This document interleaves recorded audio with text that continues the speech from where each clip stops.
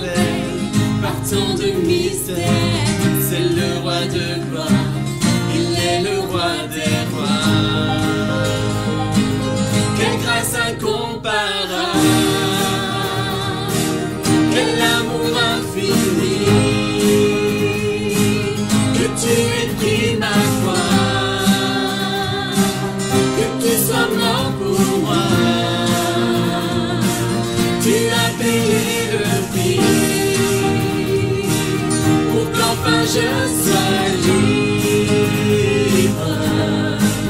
Oh, Jésus, je te chante pour ce que tu as fait.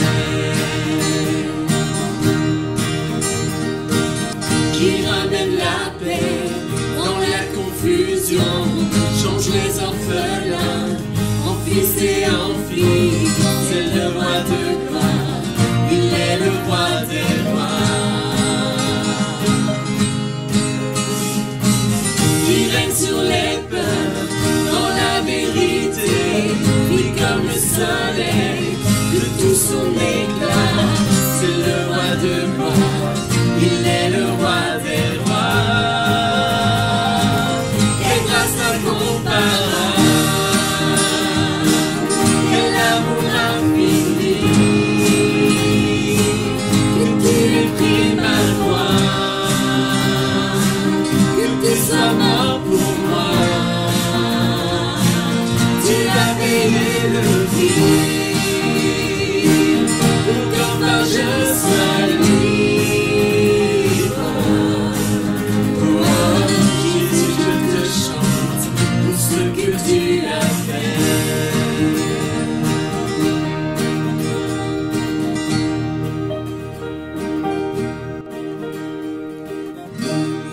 L'agneau immolé,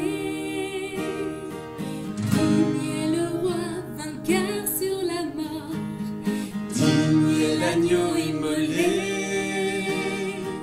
digne est le roi vainqueur sur la mort. Digne est l'agneau immolé, digne est le roi vainqueur sur la mort. Digne est l'agneau immolé, digne est le roi vainqueur sur la mort. Digne est l'agneau immolé, digne est le roi vainqueur sur la mort. Digne est l'agneau immolé, digne est le roi vainqueur sur la mort. Digne est l'agneau immolé, digne est le roi vainqueur sur la mort. Digne est l'agneau immolé, digne est le roi vainqueur. Quelle grâce incomparable, quel amour infini, que tu aies pris ma croix, que tu sois mort pour moi. Tu as payé le prix pour qu'enfin je sois libre. Oh, Jésus, je te chante pour ce que tu as fait. Oh, pour ce que tu as fait. Oh, pour ce que tu as fait.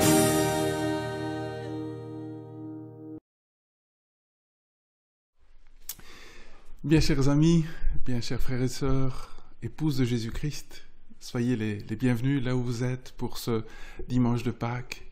Normalement, voilà, on enregistre le samedi, vous voyez qu'on s'équipe, on s'imagine que ça va durer encore un certain temps. Normalement, on avait prévu une grande journée de fête ensemble. On avait loué l'église Saint-Laurent. Vous n'aurez que Saint-Laurent aujourd'hui. Voilà, soyez les bienvenus. On va prendre un temps ensemble dans la méditation,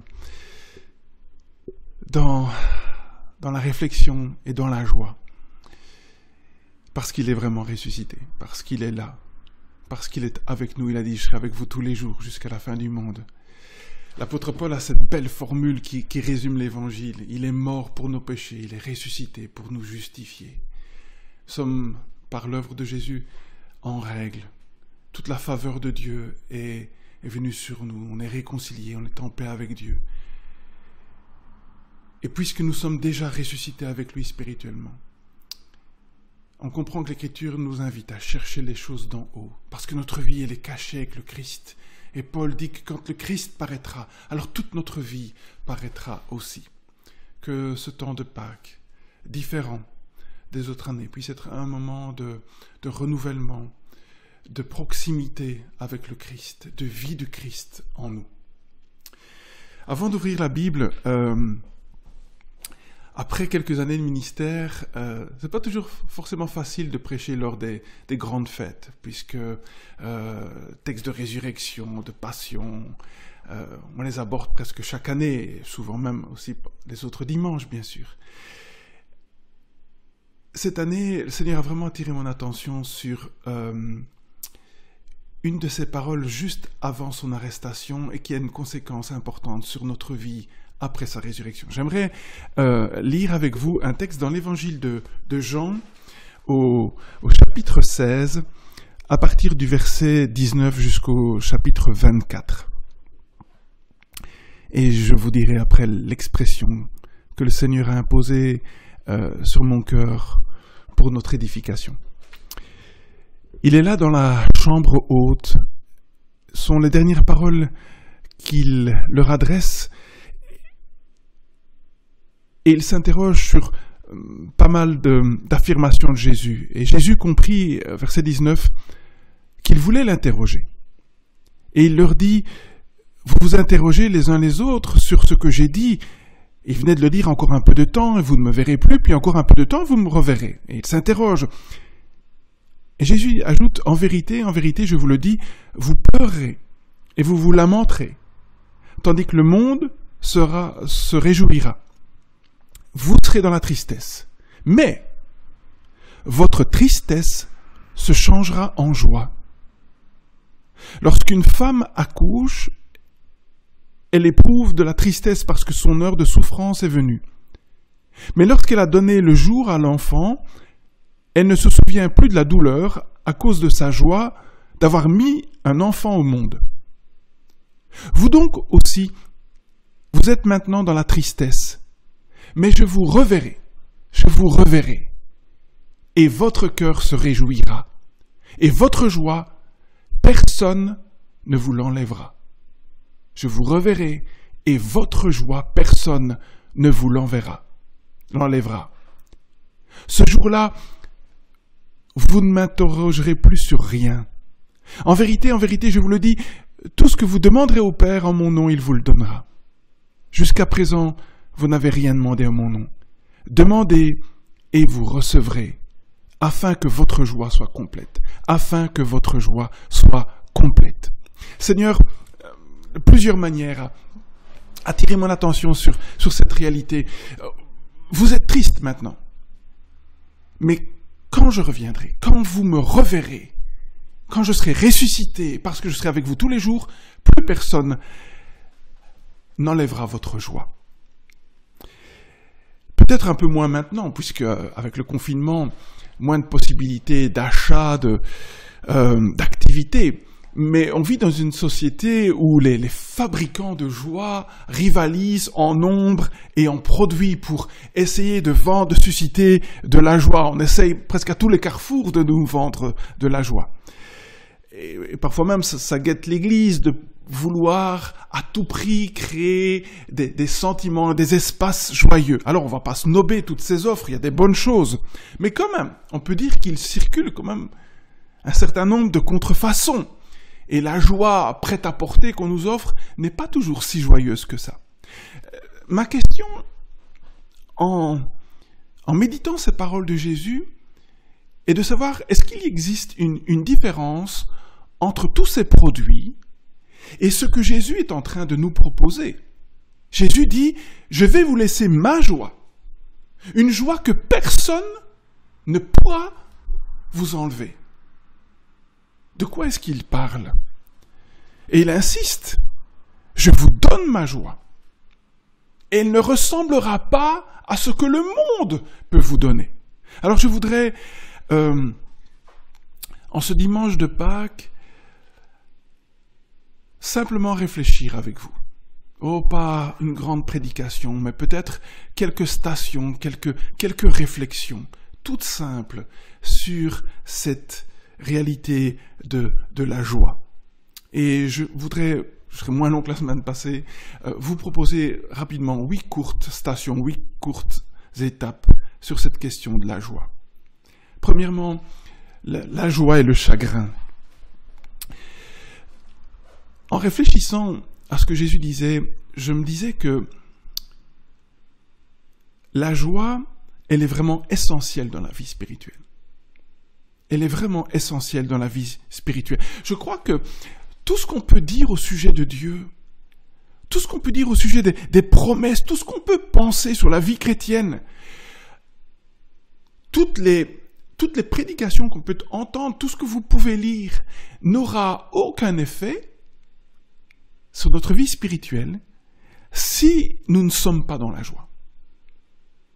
Et je crois que parfois c'est aussi pour cela que les chrétiens mettent un peu de côté leur vie spirituelle. Si je n'éprouve pas, si je ne goûte pas la joie du Christ en moi, ça n'a pas d'effet. Je crois que la vie spirituelle, elle ne fonctionne que quand la joie du Christ est en nous. Quand vous lisez l'évangile de Jean, on voit vraiment que Jésus est venu révéler l'amour du Père, nous réconcilier avec le Père, nous pardonner, mais nous assurer de l'amour du Père. Et il ajoute, pour que sa joie devienne la nôtre, et pour que notre joie soit parfaite. Et Jean le dira aussi dans son épître, je vous écris toutes ces choses, afin que votre joie, notre joie, soit parfaite. Il nous révèle l'amour du Père, pour que notre joie, aujourd'hui, soit une joie parfaite. Pour Jésus, la joie, c'est vraiment l'expérience de l'amour de Dieu. C'est l'expérience de se savoir aimé par Dieu sans condition. La joie pour Jésus, c'est savoir que nous sommes vraiment aimés et que rien, ni la maladie, ni les échecs, ni la détresse émotive, l'oppression, la dépression, les épidémies, la mort, rien ne pourra nous enlever l'amour de Dieu. Ce qui veut dire que la joie, elle est vraiment différente du bonheur. Il se peut que, pour l'instant, nous soyons profondément malheureux à cause d'une foule de choses. Mais nous pouvons quand même éprouver la joie. Parce que notre joie, elle découle du fait que nous sommes aimés de Dieu, sans condition, de manière totale, éternelle, paternelle, définitive. Souvent, on est porté à croire que si nous sommes tristes, si nous sommes malheureux, on ne peut pas être joyeux. Mais si je suis centré sur l'amour de Dieu, l'amour que Dieu me porte, je crois que la tristesse et la peine, que la tristesse et la joie peuvent malgré tout cohabiter.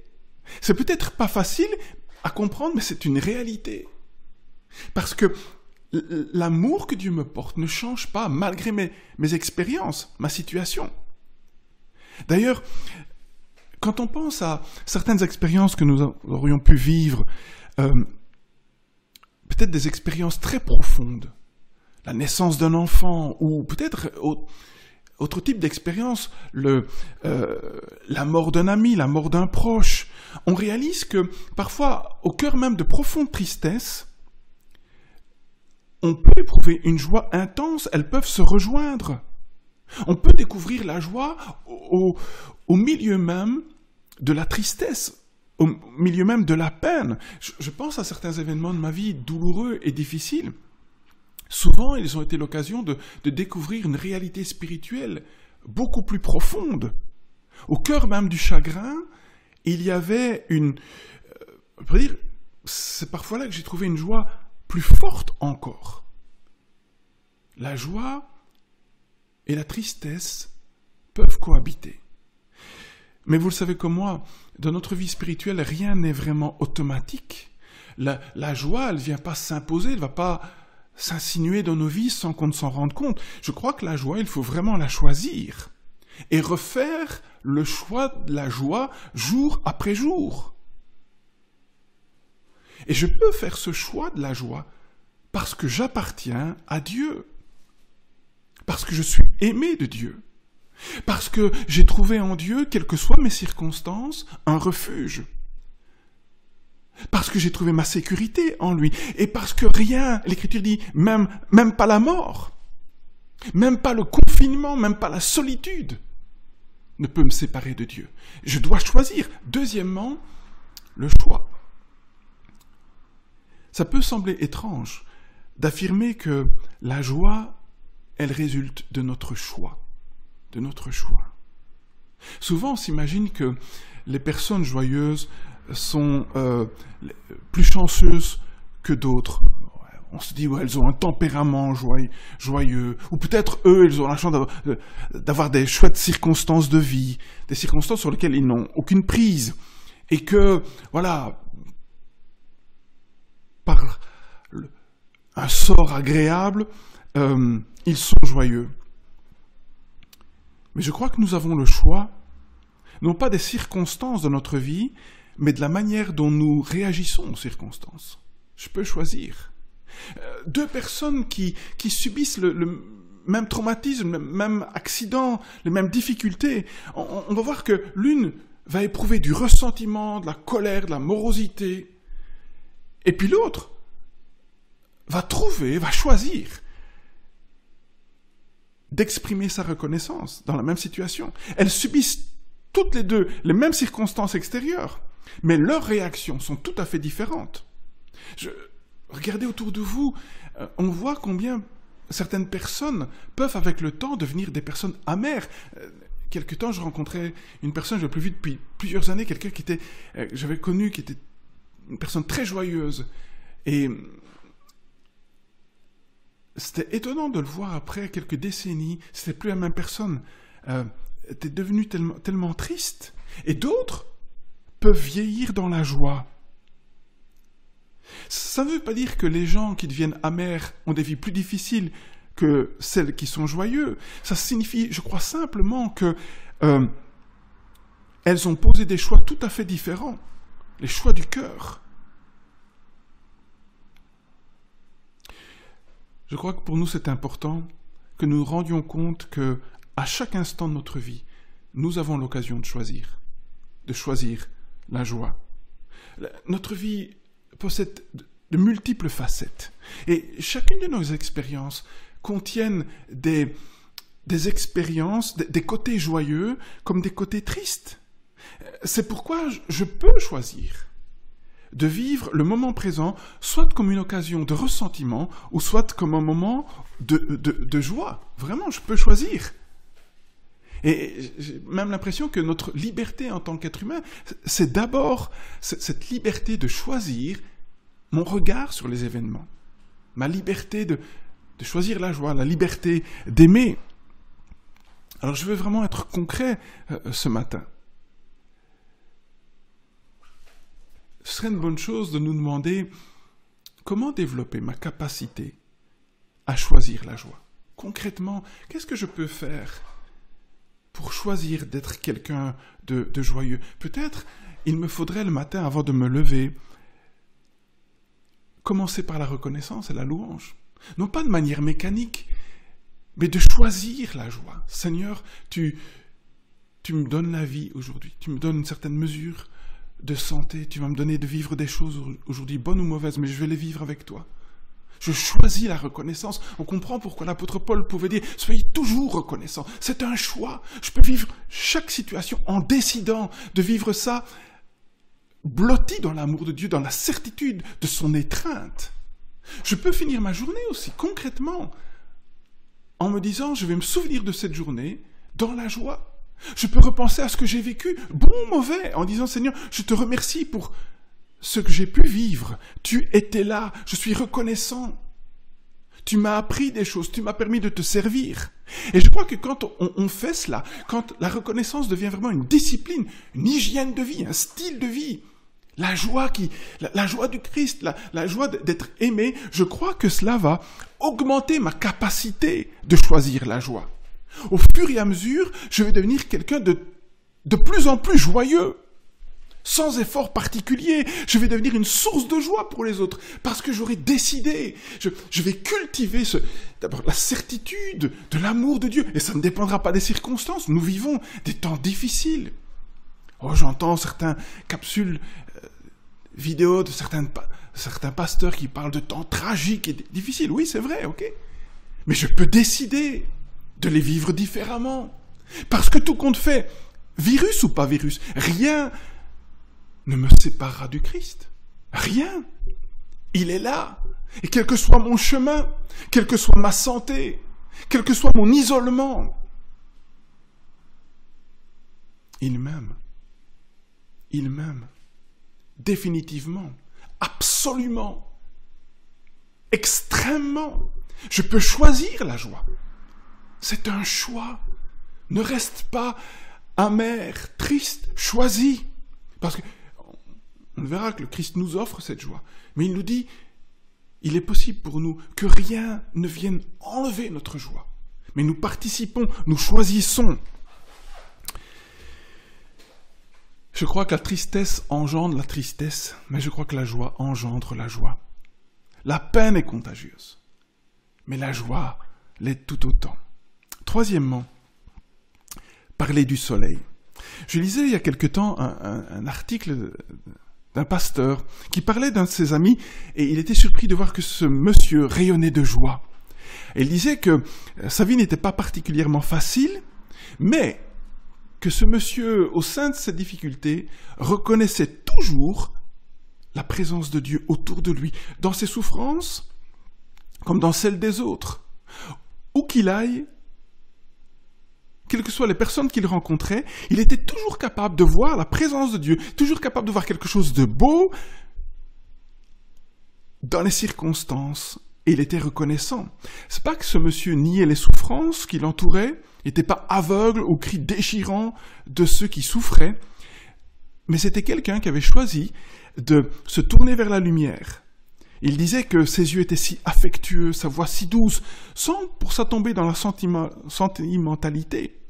Non, c'était quelqu'un qui était réaliste sur ce qui était vécu, mais sa foi profonde lui permettait de garder l'espérance plus forte que le désespoir, une foi plus vraie que la méfiance, un amour plus fort que la peur. Et je crois que c'est vraiment ce réalisme spirituel qui devrait nous permettre de rester dans la joie, de voir toujours la lumière, de voir toujours le soleil. Et il écrivait ceci.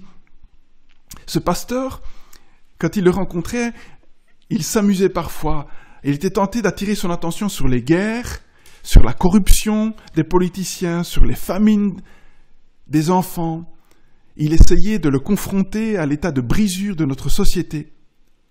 Et il dit, chaque fois que j'essayais de le faire, cet ami me regardait dans les yeux, avec un regard doux, rempli de compassion, en disant « J'ai vu deux enfants qui partageaient un croûton de pain. J'ai entendu une femme qui disait merci en souriant lorsque quelqu'un étendait une couverture sur un corps. Ces gens pauvres m'ont redonné du courage pour vivre ma vie. » En lisant cela, je me dis combien la joie est vraiment contagieuse. Quand on est en présence de personnes qui ont vraiment la joie du Christ, ce type de joie, on est capable d'entrevoir toujours le soleil au-delà des nuages. Entrevoir l'existence du soleil, malgré peut-être qu'il y a un épais plafond de nuages autour de nous. Quand on se concentre sur le soleil, d'ailleurs, qu'est-ce qui nous permet de voir les nuages? C'est la présence du soleil. Je crois qu'on a besoin de nous, les enfants de lumière, les enfants de la résurrection, de focaliser notre attention sur le soleil, sur la lumière, sur le Christ. Quatrièmement, surpris par la joie, je pense à l'autobiographie de C.S. Lewis. Il a écrit un livre sur sa conversion. avec ce titre, Surpris par la joie. Est-ce que nous nous laissons plus surprendre par la joie que par la peine? On vit dans un monde qui, particulièrement dans les circonstances que nous vivons, qui essaye tout le temps de nous surprendre par la peine. Les journaux écrits ne cessent de parler d'accidents, de circulation, de meurtres, de conflits entre les individus. La télévision remplit notre esprit d'images de haine, de violence, de destruction, et cela imprègne nos conversations. Alors oui, c'est vrai que la puissance des ténèbres continue à nous surprendre par la misère humaine. Et on a l'impression que cela nous paralyse, et cela fait en sorte que notre unique préoccupation, c'est comme s'il fallait survivre dans ce naufrage, comme s'il fallait assumer notre place de victime sur cette terre. Et je crois vraiment que le grand défi pour notre foi, c'est de nous laisser surprendre par la joie. Et particulièrement dans des moments comme ceux-ci, les disciples étaient écrasés par ce qu'ils vivaient avec Jésus. Et Jésus est en train de leur dire, je vais revenir, et je serai toujours avec vous, je vais vous surprendre. Dans un monde séparé de moi, marqué par la souffrance, le mal et la mort, le disciple de Jésus-Christ peut être surpris par la joie. Je me souviens, lorsque j'avais écrit des choses il y a des années sur la joie, j'étais dans un camp scout et j'étais sur le côté, je préparais un message et les louveteaux étaient venus me trouver en disant « Lougri, viens voir, un veau vient de naître » et leurs yeux étaient pétillants. Et moi j'étais là reclus en train de travailler et j'avais été surpris par leur joie. Surpris par leur joie. J'ai l'impression que c'est un peu ça que Jésus veut nous dire. Si souvent vous êtes pris dans vos activités, nos responsabilités qu'il faut assumer, mais laissez-moi vous surprendre par la joie de ma présence. Laissez-vous transformer. Dieu est venu comme un enfant dans ce monde. Il les a surpris par la joie. Les bergers ont été surpris par la joie. Les gens de Bethléem ont été surpris par la joie. Dieu nous a réconciliés. Nous fêtons ça à Pâques, mais pas simplement ce week-end d'avril. Pour nous, c'est notre mode de vie, la surprise de la joie. C.S. Lewis, qui était athée jusqu'à l'âge de 52 ans, quand il parlait du ciel, il disait que c'est l'endroit de la joie par excellence. Nous allons être surpris par la joie de Dieu. Mais déjà maintenant, Jésus dit, personne ne va vous ôter, vous voler la joie. Laissons-nous surprendre. Laissons-nous surprendre par la joie de Dieu. Cinquièmement, la joie et le rire. Vous savez, l'argent et le succès ne rendent pas joyeux. Regardez autour de vous. Les personnes riches sont souvent anxieuses, craintives, moroses. Par contre, des gens qui n'ont pas grand-chose, parfois même des gens pauvres, ont le rire facile. Ils sont souvent dans la joie. Je crois que la joie et le rire sont le fruit d'une vie vécue dans la présence de Dieu. On ne gomme pas les circonstances difficiles.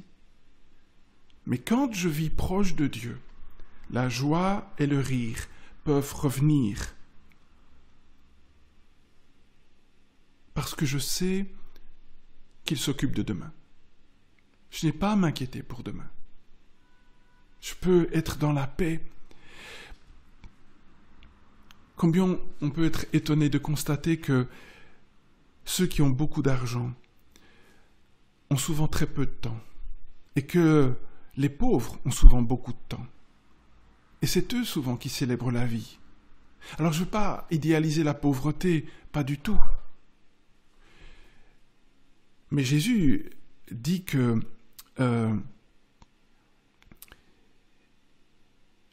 à cause de ces richesses, souvent la crainte, la peur, tant de préoccupations viennent accabler la vie. Et c'est pour ça qu'il disait mais qu'il est difficile pour des riches d'entrer dans le royaume de Dieu. C'est pas que l'argent et le succès posent problème, c'est l'absence de temps qui pose problème. L'absence de temps dans la présence de Dieu.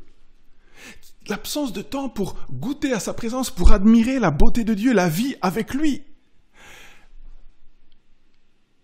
Et c'est ce temps-là qui me donne la joie. Parce que je serai avec vous, vous serez dans la joie. Regardez la joie d'enfants qui jouent ensemble. Une joie toute simple, simplement parce qu'ils sont ensemble. Jésus dit, si vous ne devenez pas comme des enfants qui goûtent tout simplement la joie de la présence de Dieu, qui ne s'inquiètent pas pour demain, parce que Dieu dit, je m'occupe de vous. Ne t'inquiète pas pour la nourriture, pour le vêtement, pour ta santé, je prends soin de toi. Regarde les oiseaux, regarde les fleurs, sois comme un enfant. Jouis de ma présence. Sixièmement, pas de victime. Être surpris par la joie, c'est pas être des optimistes béats. Hier, j'entendais à la RTB ce petit refrain d'Annie Cordy. Ça ira mieux demain. L'optimiste, c'est celui qui dit que ça ira mieux demain. L'optimiste dit, la guerre va prendre fin. Tes blessures vont guérir. La crise économique va se terminer. L'épidémie va se résorber. Tout ira mieux demain. Alors, j'espère qu'il a raison. Mais de toute façon, il n'a aucune prise, aucun contrôle sur les événements. Notre joie ne découle pas des prédictions positives sur l'état du monde. Elle ne dépend pas des hauts et des bas de la vie. Notre joie ne dépend pas de cela. Notre joie, elle découle de l'amour que Dieu nous porte. Notre joie découle d'une connaissance spirituelle. Parce que je sais que les ténèbres qui enveloppent le monde ne vont pas l'emporter. Parce que je sais que Dieu a vaincu le monde. Jésus clame haut et fort, vous aurez des épreuves dans le monde, mais réjouissez-vous, parce que j'ai vaincu le monde. La surprise, ce n'est pas que les choses se passent soudainement mieux qu'on l'aurait imaginé. Non, la surprise, c'est que la lumière de Dieu, elle est plus réelle que les ténèbres. La surprise, c'est que la vérité de Dieu est plus puissante que les mensonges humains. La surprise, c'est que l'amour de Dieu est plus fort que la mort. La surprise, c'est que c'est quoi qu'il arrive, Dieu est là. Dieu sera fidèle dans son amour. Je devrais fermer les yeux un jour. Peut-être le Christ reviendra avant. Mais quoi qu'il arrive, il est mon refuge, il est mon espérance. On n'est pas des victimes. C'est vrai que le monde, comme dit Jean, est sous l'emprise du malin. C'est vrai que les ténèbres mènent le monde. Il ne faut pas que je sois surpris par la souffrance et la douleur autour de nous. Mais je dois me laisser surprendre par la joie. Chaque fois que Dieu a le dernier mot, chaque fois que je pense à Dieu, chaque fois que je vis dans la présence de Dieu, je dois me laisser surprendre par sa joie. Parce que Jésus est venu dans le monde pour confronter le mal avec la plénitude de sa bonté. Il nous a ouvert un chemin nouveau pour vivre dans le monde, non pas comme des victimes, mais comme des hommes et des femmes libres, guidés non pas par l'optimisme, béat, mais par l'espérance, par la certitude qu'il est là. Septièmement, fruit de l'espérance. Plus je réfléchis à la joie, et plus je me dis qu'il y a vraiment un lien entre la joie et l'espérance.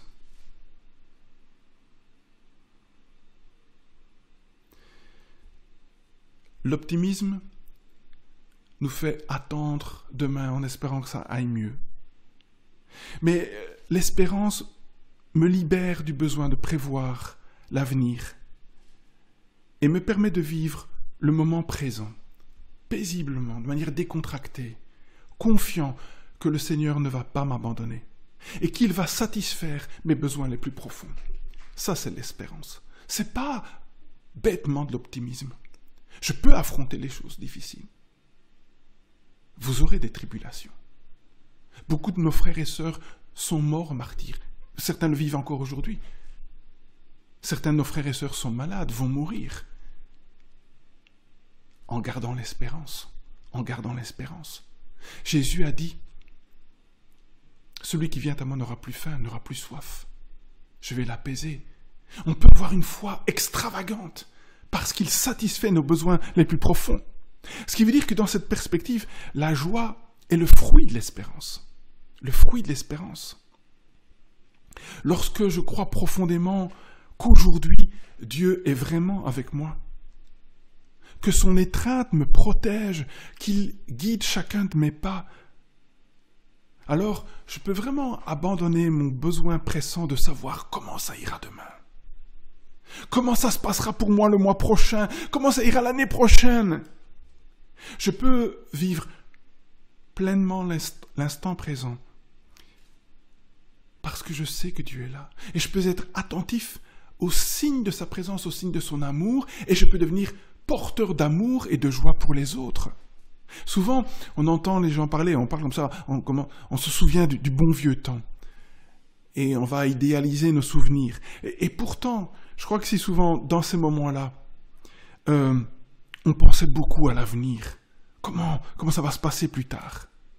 Mais quand je suis profondément confiant qu'aujourd'hui est le jour que Dieu me donne, que je n'ai pas à m'inquiéter, que demain repose en sécurité dans son amour, dans sa providence, je crois que nos visages peuvent se décontracter. Et nous pouvons sourire à celui qui nous sourit, à celui qui nous aime. Tous nos problèmes ne sont pas réglés. Je sais que plusieurs parmi nous vivent dans la peur économique. Mais il a dit qu'il prendrait soin. Je ne sais pas comment ça va se passer. Mais je peux rester serein, je peux choisir de croiser son regard, de vivre dans sa présence. La joie de l'espérance. Et puis huitièmement, au-delà des souhaits. La joie et l'espérance ne viennent jamais l'une sans l'autre. Je n'ai jamais rencontré de personnes qui étaient remplies d'espérance, qui étaient déprimées. Ou une personne joyeuse qui n'avait pas d'espérance. Parce que notre espérance, elle va au-delà de nos souhaits. Et notre joie, elle est différente du bonheur. Nos souhaits et le bonheur qu'on attend, ça fait souvent référence à des choses et des événements. On souhaite des temps meilleurs. On souhaite des vacances agréables. On souhaite que les conflits prennent fin. On souhaite trouver un nouvel emploi, obtenir une augmentation. On souhaite que le confinement s'arrête. Et on se dit que quand toutes ces choses vont arriver, et plusieurs sont bonnes bien sûr, on sera alors heureux. Mais c'est pas ça dont parle l'Écriture. C'est pas cela dont Jésus nous parle. La joie dont Jésus nous parle et l'espérance au cœur de la vie de disciple, ce sont des dons de l'esprit. C'est pas juste des choses qui nous viennent comme ça. Non. Ça découle d'une relation intime avec celui qui est la joie, qui est l'espérance. Ça découle d'une relation intime avec celui qui nous aime d'un amour éternel. Ça découle d'une relation avec celui qui sera fidèle jusqu'au bout. Nous nous attendons, nous espérons dans un Dieu fidèle et nous nous réjouissons de ce qu'il est présent. Même lorsque nos nombreux souhaits ne sont pas réalisés et que les événements de notre vie nous paraissent tellement étranges et ne nous rendent pas heureux. Je peux être malheureux et profondément joyeux. On peut être rempli d'espérance et de joie et connaître malgré tout des douleurs physiques, des douleurs émotionnelles, des temps d'incertitude. Vous me reverrez, je serai avec vous et personne ne va vous voler votre joie. J'ai même l'impression que c'est à travers des expériences pénibles, de rejet, d'abandon, de souffrance, que nous sommes obligés. Quand ce en quoi nous nous confions au quotidien disparaît, que je découvre ce que les psalmistes crient si souvent, au cœur de l'épreuve, « Tu es mon refuge, Seigneur. Qui d'autre ai-je que toi ? Tu es mon espérance, tu es la source de ma joie. » Quand nous perdons nos appuis habituels, nous découvrons que le vrai support et la vraie sécurité ne résident pas dans les structures du monde, mais dans le Christ, parce qu'il est avec nous. Alors, je conclus. Peut-être il nous faut soigner la plaie et ôter peut-être toutes nos attentes, tous nos souhaits, qui sont peut-être des désirs un peu égoïstes et des attentes tellement temporelles. Et goûter à l'étreinte de la présence de Dieu, qui est la source de notre joie et de notre espérance. Jésus dit, je vais vous laisser ma joie, une joie complète, qui ne dépendra pas des circonstances. Alors je sais que pour beaucoup d'entre nous, ce sont des choses connues, mais que nous avons besoin, vraiment besoin d'expérimenter au quotidien. Et peut-être que une des grandes leçons que cette période de vie unique dans notre existence va nous apprendre, c'est de faire de lui notre souverain bien, notre grande richesse, notre joie, notre bonheur. Que le Seigneur vous bénisse, vous fortifie. Vous aurez des tribulations, nous aurons des difficultés. Mais Jésus a dit, je dépose en vous un dépôt de joie. C'est un acompte de ce que nous allons vivre. Léoïs disait, le ciel, c'est une grande affaire de joie. Nous n'imaginons pas la joie que nous allons vivre, les rires, l'euphorie spirituelle divine. Alors, choisissons. Nous ne sommes pas les victimes d'un naufrage. Nous pouvons vivre sur ce bateau qui prend l'eau, certes, dans une paix inimaginable, dans une certitude de son amour qui dépasse toute intelligence, et dans une joie qu'aucun voleur ne pourra jamais nous ravir. Explosez de joie. Remplissez vos cœurs, remplissez vos maisons, irradiez de joie auprès de vos conjoints, de vos enfants. Quand Jésus disait aux disciples, je vous laisse ma joie, à ce moment-là, il n'est pas dit qu'ils ont posé des questions. Pendant 3 ans, ils ont vu quelqu'un, quelles que soient les circonstances, qui était rempli de joie. C'est ce qui nous est offert. Pas pour quelques-uns. Pas pour ceux qui ont un tempérament optimiste, joyeux. Non, pour chacun d'entre nous. Même pour le plus déprimé. Même toi peut-être qui écoute cela et qui pleure. Il y a un réservoir de joie, d'humour, de plaisir, de rire en Jésus. J'espère en tout cas que cette méditation, toute simple, vous fera tellement de bien. Que le Seigneur vous bénisse. Je vous rappelle que demain, lundi, un autre message sera apporté, c'est Espoir qui nous bénira par la parole du Seigneur. Et mardi soir, on se retrouve à 20h sur Zoom pour un temps de prière. Seigneur, je te remercie pour ce temps où, même si nous ne sommes pas ensemble, tu es avec nous.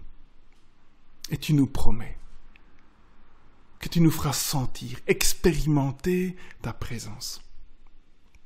Et nous voulons, Seigneur, comme tant d'autres l'ont fait, laisser les privilèges de la condition humaine de côté, pour que notre souverain bien, ce soit te connaître, expérimenter ta présence, goûter que tu es bon, goûter que tu es là, entendre ta voix, revenir à ta parole, revenir à ta présence.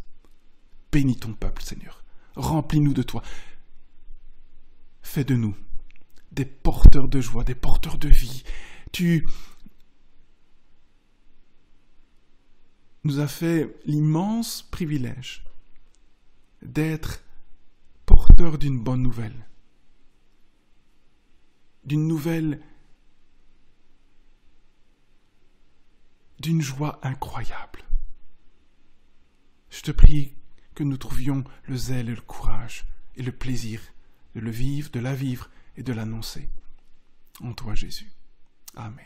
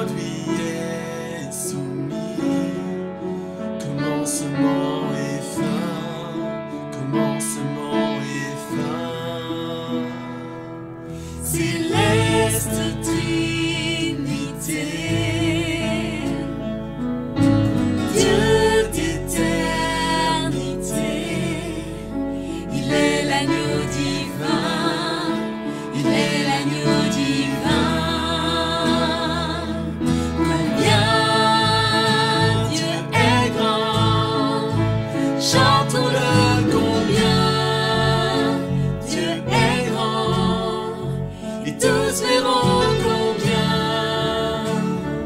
combien Dieu est grand. Son nom est tout puissant, digne de louange. Je chanterai combien Dieu est grand.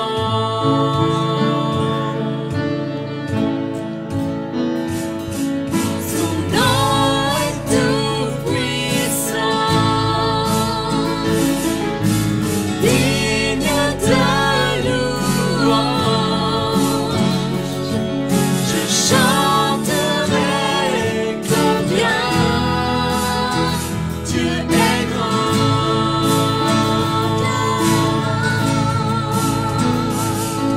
Combien Dieu est grand. Chantons-le combien Dieu est grand. Et tous verront combien Dieu est grand.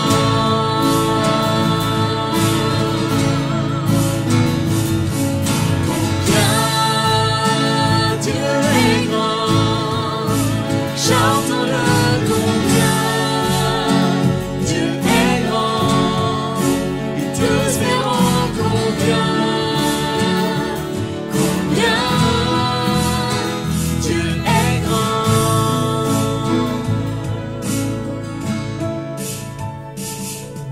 Combien Dieu est grand. Chantons-le